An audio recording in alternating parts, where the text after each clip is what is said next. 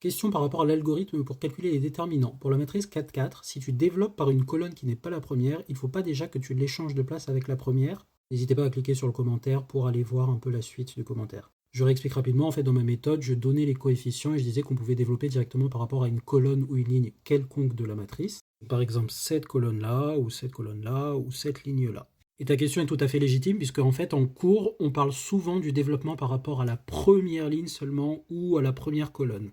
Mais je te précise que tu peux développer par rapport à n'importe quelle ligne et n'importe quelle colonne, en tenant compte évidemment de ces signes-là que j'ai indiqués. Exemple, je reproduis la matrice juste à côté et je vais échanger la première ligne et la première colonne. Donc si on applique ce que tu dis, on échange la première ligne et la première colonne, ce qui est fait, vérifiez bien.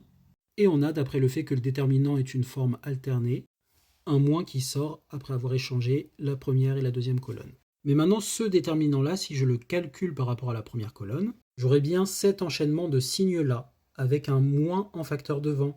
Et vous voyez qu'ici, j'ai plus, plus, alors que ici, sur cette colonne, j'avais bien moins, plus, moins, ce qui donne bien l'égalité. Donc c'est bien équivalent, et en fait, ce que j'ai mis ici, ça vient directement de la propriété de la signature des permutations. En changeant les colonnes et en mettant un moins, en fait, on ne change pas la valeur du déterminant. Voilà essentiellement l'idée, et bien sûr, ça s'applique aussi pour les lignes.